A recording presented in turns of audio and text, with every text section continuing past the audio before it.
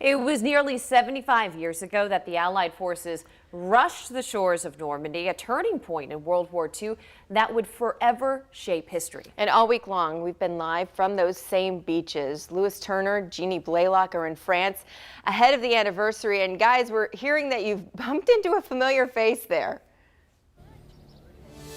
Yeah, you go all the way across the Atlantic Ocean, you run into neighbors. Yes. It's so much fun. St. Mary Glees is the town we're in. Take a look. That's if you're wondering about spelling it, it's just a beautiful name of a town here, about 10, 15 miles off the coast. So we're talking about storming the beaches, and that's such a big deal. But the paratroopers who came into this town, also a big deal in getting toeholds and footholds in various French towns so America could move in and liberate. That's right. They had to get rid of the Germans in this town. And right back here, let me tell you a story. There was a woman who had a house and a barn. Her name was Julia. And on June 5th, about 11 o'clock at night, for some reason or other, it caught fire.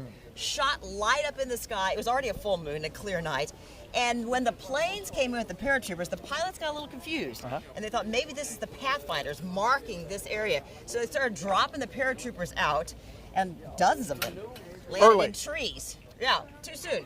But with perseverance, these paratroopers came and did their mission. Yeah, it's amazing to think the stories of accidents, misfortune, but that worked out in the favor of the Allies. I mean, even with D-Day, it was supposed to happen on the 5th, but weather and tides conflicted. They had to push it back a day, and that changed the tide more or less of the D-Day invasion and could have led to success. That accident with the fire, maybe that's divine intervention. Maybe that is just way things were supposed to work out. Now, this is a pretty impressive spot that we found ourselves in.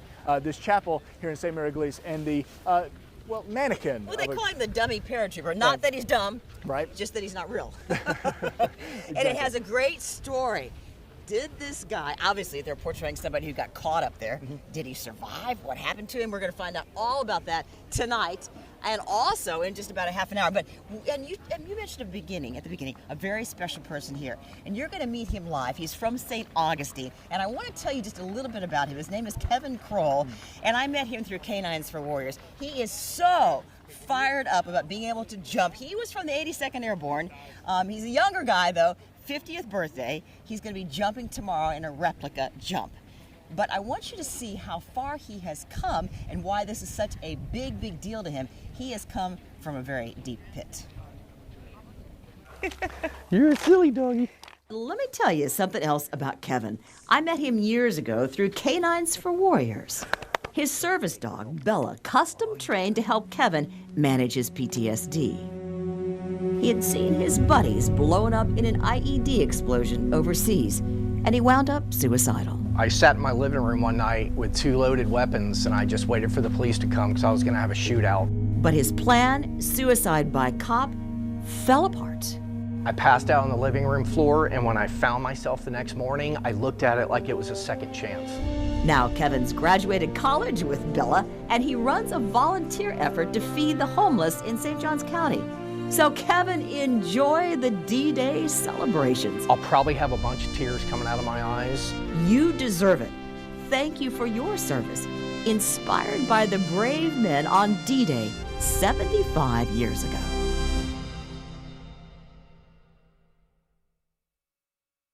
And that is going to be so remarkable for him. And we're going to meet him live in just a second. Okay, so the big story, the celebration, the superstar status of these veterans that come through this town. All right, so let's just kind of come back this way just for a minute. I just want to show you full parking lots, streets full of people, all here more or less to say thank you, to have the opportunity to shake hands with a D-Day vet. And they'll make these victory laps around this beautiful town and basically get handshake, autographs, hugs, kisses. It is a beautiful thing. So we met a gentleman who stormed the beaches, made his way all the way through France into Belgium, liberating countries, survived. He's 94 years old. His name is Irving Locker, and we watched him sign some autographs just yesterday. Take a look. And this one, please. Uncle Irv, let me hold it so you can sign it. I don't know why it's not doing it. Absolutely wonderful. I went in on D-Day, went through the Battle of the Bulge, stopped at the Elbe River, then I went into Berlin. Really? So I'm very happy. All right, so coming up in just a moment, the man who was asking for the autograph, why it was so important, so special for him to get that. And he told me a little bit in his best English, but it was pretty powerful. And we are going to continue our coverage live here from Normandy for the 75th anniversary of D-Day, beginning tonight at 5 o'clock. You're going to meet some people who are talking about the most famous D-Day veteran from Jacksonville. Oh, yeah. And the reason he's so famous is because Spielberg and Hanks based the very first scene in Saving Private Ryan on this man's account at Omaha Beach. And that's tonight beginning on First Coast News at 5 o'clock. Beautiful name. I'm going to say it from Saint Mary Église. You're better at the little French accent than I am. I'm afraid I'll just butcher his ability. We're doing our very best, and somebody might tell me that was wrong. Jeannie Blaylock, Lewis Turner, we'll send it back inside to you after this commercial break.